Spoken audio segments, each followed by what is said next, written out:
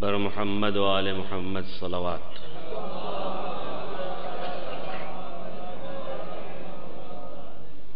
رحم اللہ من قرأ الفاتحہ.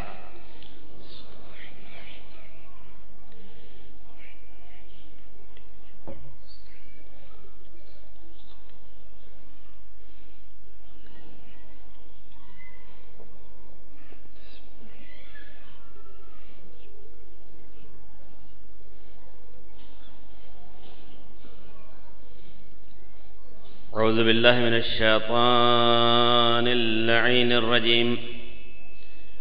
بسم الله الرحمن الرحيم. الحمد لله الذي هو أقرب إلينا من حبل الوريد ذو العرش المجيد فعال لما يريد المبدئ والمعيد وعلى كل شيء شهيد وحفظنا من شر كل قريب وبعيد وغائب وعتيد الذي هدانا لهذا وما كنا لنهتدي لولا أن هدانا الله لقد جاءت رسل ربنا بالحق والصلاة والسلام على أفضل البريد النبي المسدد والمصطفى الأمجد بالقاسم محمد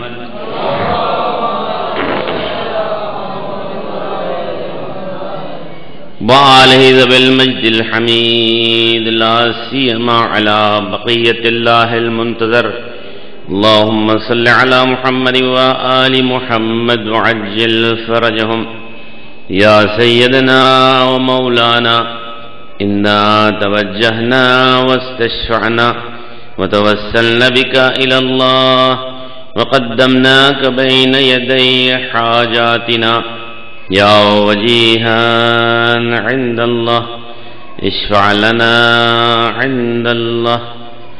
رب اشرح لی صدری ویسر لی امری واحلل عقدۃ من لسانی یفقہوا قولی.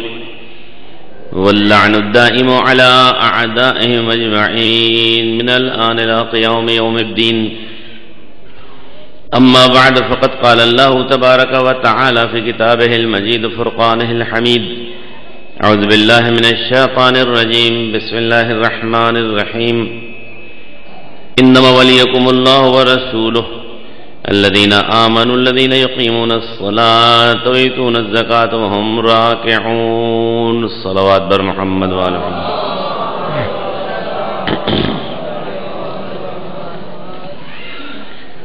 رب العزت کی بارگاہ میں دست بدعا ہوں. آپ حضرات شب اول محرم سے اور اب تک عزاداری سید الشہداء میں مشغول ہیں. پروردگار عالم اس عبادت کو اپنی بارگاہ میں قبول فرمائے. مومنین کی صحت و سلامتی کے لیے خاص طور سے وہ مومنین جو بیمار ہیں پروردگار عالم ان کو شفاء کامل عطا فرما. پروردگار بحق محمد والمد جو مومنین رزق کے سلسلے میں پریشان حال ہیں ان کو رزق حلال کی توفیق عطا فرما. پروردگار بحق محمد والمد جو مومنین اور مومنات اپنے بچوں کی شادیوں کے سلسلے میں ان کی عمریں ہو رہی ہیں پروردگار ان کے لیے صحیح رشتے فراہم کرنے کی توفیق عطا فرما. پاکستان میں پروردگار بحق محمد والمد اس سلسلے میں ہم شکر گزار ہیں اپنے مالک کا چہارد معصومین کا کہ عاشورہ صحیح طور سے گزر گیا. اس کے باوجود پھر ہم دعا کرتے ہیں کہ خدایا جو دشمنان ازا دشمنان شیعت اگر ان کا کچھ بھی رد عمل یا کوئی بھی افکار اس ازا اور اس عبادت کے خلاف ہو پروردگار ان کو اپنے مقصد میں کامیاب نہ ہونے دے.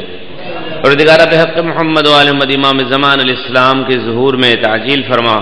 ان کے اعوان و انصار میں ہمارا شمار ہو. صلوات پڑھ دیے محمد و آل محمد پر.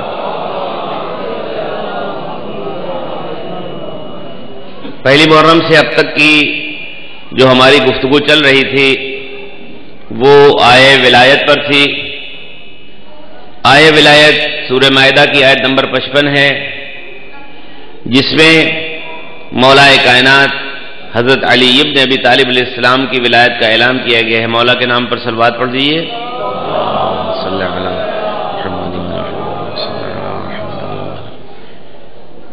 ترجمہ کر دیا جائے ایک بار پھر آخری مجلس میں، اللہ تمہارا ولی ہے، اس سے پہلے لفظ انما آیا ہوا ہے، یعنی صرف تمہارا ولی اللہ ہے، کوئی اور ولی نہیں ہے، صرف اللہ تمہارا ولی ہے، بس تمہارا ولی اللہ ہے اور اللہ کا رسول ہے، اور وہ مومنین ہیں جو ایمان لائے، جو پابندی کے ساتھ نماز پڑھتے ہیں اور جو حالت رکوع میں زکوٰۃ دیتے ہیں۔ صلوات پڑھیے محمد و آل محمد پر۔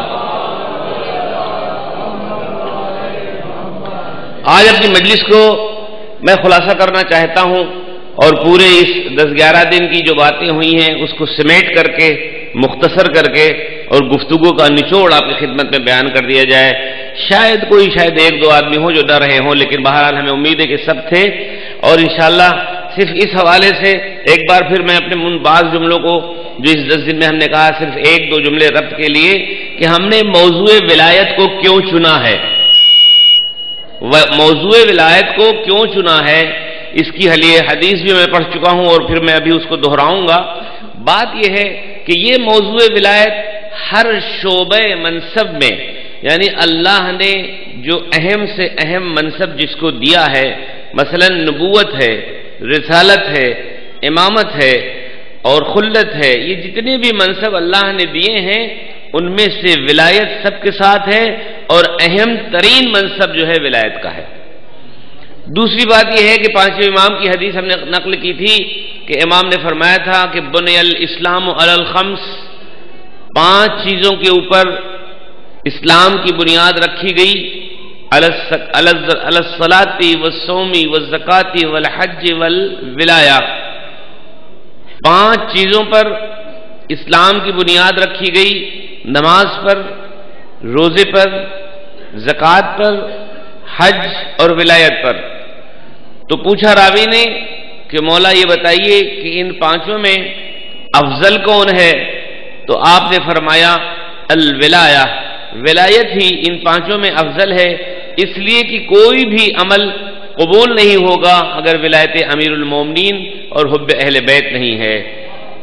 تو اب یہ اس حدیث کے ضمن میں ایک جملہ پھر میں عرض کرنا چاہتا ہوں، شاید کسی دن اگر بیان کیا ہے، نہیں تو صرف بتانا ہی چاہتا ہوں کہ اصول دین میں اور فروع دین میں کوئی ٹکراؤ نہیں ہے۔ اصول دین 5 ہیں: توحید، عدل، نبوت، امامت، قیامت، یہ 5 اصول دین ہیں۔ فروع دین 6 ہیں یا 10 ہیں، دونوں مانا جاتا ہے، نماز، روزہ، حج، خمس، زکوٰۃ، جہاد۔ پھر جو 4 چیزیں اس میں آگے ہیں: امر بالمعروف، نہی عن المنکر، تولا یعنی خدا و رسول اور اہل بیت علیہ السلام سے محبت کرنا، تبرہ یعنی خدا و رسول اور اہل بیت کے دشمنوں سے اظہار نفرت، اظہار بیزاری کرنا۔ یہ گویا اصول دین اور فروع دین کے ہیں۔ میں نے جو بات آپ سے کہی ہے کہ اصول دین اور فروع دین میں ٹکراؤ نہیں ہے، اصل میں جو اوپر سے ادھر سے ہماری طرف آیا ہے، رب سے ہماری طرف جو آیا ہے وہ اصول دین ہے۔ آپ حضرات متوجہ ہیں؟ رب سے جو ہماری طرف آیا ہے وہ اصول دین ہے، اور جو ہماری طرف سے رب کی طرف جاتا ہے وہ فروع دین ہے، اس لیے اس میں کوئی ٹکراؤ نہیں ہے۔ لیکن ان تمام چیزوں میں مین چیز اگر کوئی چیز ہے تو ولایت ہے، اور وہ ولایت کے بغیر کوئی بھی عمل قابل قبول نہیں ہے۔ اس لیے میں نے سوچا یہ تھا کہ اپنی ان 10 مجالس میں اس اہم چیز کو بیان کیا جائے جو اصول دین اور فروع دین میں سب سے اہم ہے۔ صلوات پڑھیے تو میں عرض کرتا ہوں۔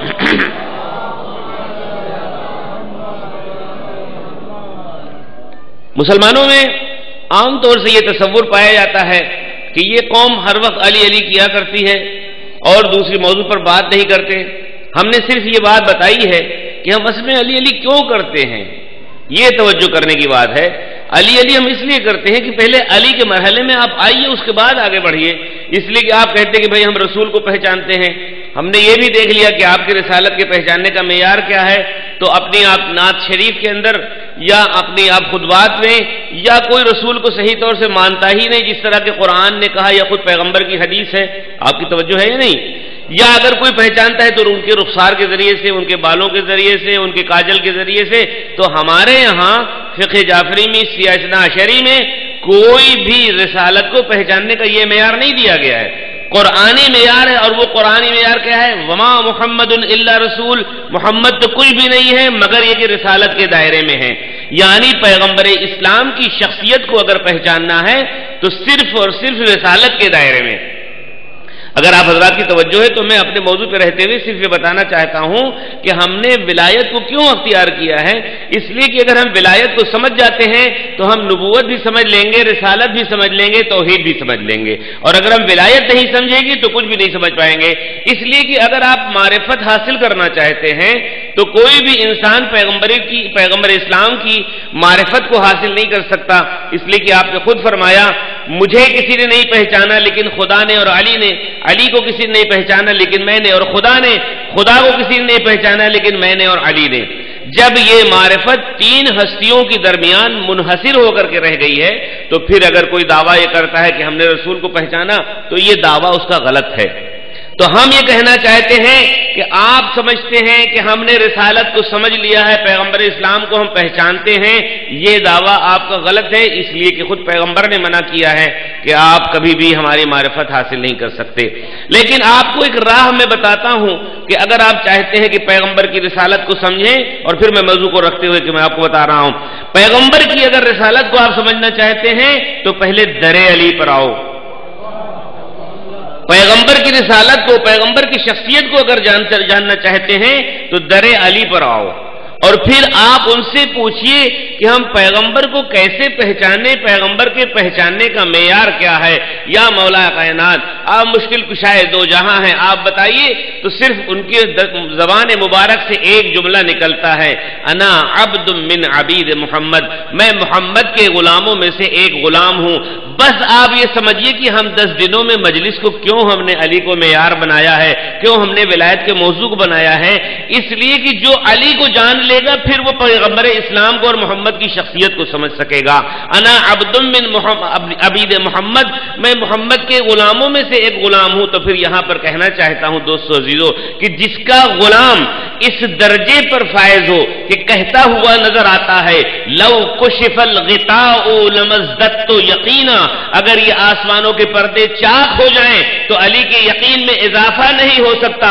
جب غلام اس مرحلے میں ہے تو آقا معراج پر اگر چلا جائے تو کیا تعجب کی بات ہے. صلوات پڑھیں محمد و آل محمد پر. تو پیغمبر اسلام کی ذات کو سمجھنے کے لیے علی کے در پہ آنا ہوگا. ہم بات کو آگے بڑھانا چاہتے ہیں لیکن آپ علی کو بھی نہیں سمجھ سکتے، ہم اور آپ علی کو بھی نہیں سمجھ سکتے. اس لیے کہ پیغمبر اسلام نے کہہ دیا کہ کوئی علی کو نہیں پہچان سکتا. اب کیا کریں؟ چلیے علی کو نہیں پہچان سکتے تو پھر کیا کریں؟ اب اولاد کی در پہ آئیے کہ ہم علی کی شخصیت کو سمجھنا چاہتے ہیں تو ان کی اولاد سے پوچھیں. ان کی اولاد بتائے گی کہ میرا بابا کیسا ہے. اگر ان سے بھی ہم نہیں سمجھ سکتے ہیں تو ان کے اصحاب کے پاس آئیے اور پوچھیں کہ وہ کیسے تھے. آئے آپ کی توجہ کی نہیں؟ ہاں، علی کو پہچاننے کے لیے رسول کو پہچاننے کے لیے در علی پر آؤ، علی کو پہچاننے کے لیے در اولاد علی پر آؤ. نہیں، ان کے اصحاب سے پوچھو، ان کے اصحاب کو پہلے سمجھ لو پھر اولاد علی کو سمجھو گے. میں اس سے بڑھ کر کے ایک جملہ آپ کی خدمت میں عرض کرنا چاہتا ہوں، اصحاب علی کو بھی نہیں سمجھ پاؤ گے. آؤ غلامان علی کے پاس آؤ، پہلے غلامان علی کا درجہ دیکھ لو پھر علی کو سمجھنے کی کوشش کرنا. علی کے غلاموں کو پہلے سمجھو پھر علی تک پہنچنا. بڑی بات ہے کہ علی کے غلام کس درجے پر فائز ہیں، یہ سمجھنے کی کوشش کرو. اس لیے ہم نے ولایت کے موضوع کو لیا. تو اب سلسلے سے چلیے کہ پیغمبر اسلام کی معرفت حاصل کرنے کے لیے علی کو سمجھنا ہوگا، علی کو سمجھنے کے لیے اولاد علی کو سمجھنا ہوگا، اولاد علی کو سمجھنے کے لیے اصحاب اولاد علی کو سمجھنا ہوگا، اصحاب اولاد علی کو سمجھنے کے لیے ان غلاموں کو سمجھنا پڑے گا جو ہاتھ دھلاتے تھے، جو جھاڑو کرتے تھے، جو روٹیاں پکاتے تھے. اس سے آپ اندازہ کیجئے. مجھے کچھ خیال سے بنتا ہے شاید یہاں کی مجلس میں